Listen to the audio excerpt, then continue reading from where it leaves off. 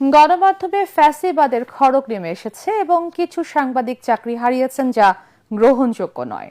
এই ঘটনা স্বাধীন ও মুক্ত গণমাধ্যমের অন্তরায় বলে অভিযোগ করেছেন প্রধান বিরোধী দলীয় নেতা ও জামাতে ইসলামীর আমির ডাক্তার শফিকুর রহমান।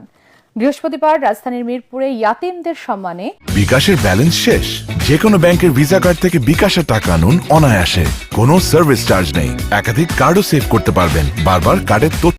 ইফতার মাহফিলে তিনি বলেন, একটি দায়িত্বশীল বিরোধী দল হিসেবে দুর্নীতিমুক্ত দেশ করতে সরকারকে সর্বাত্মক সহায়তা করবেন তারা, আর এর বিপরীত কিছু হলে জনগণের পক্ষে কথা বলবেন এবং জাতির স্বার্থে সর্বাত্মক প্রতিরোধ গড়ে তুলবেন।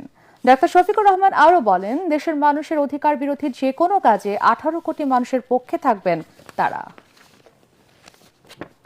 এটা গণমাধ্যমের স্বাধীনতার উপর নির্লজ্জ হস্তক্ষেপ।